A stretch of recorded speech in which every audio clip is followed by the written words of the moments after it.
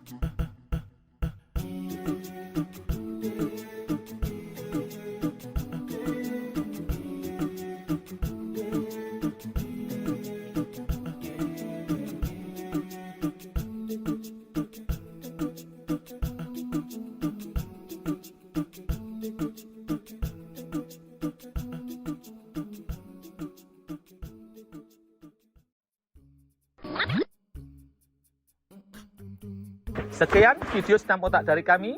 Semoga bermanfaat. Salam sehat, kita cegah demensia.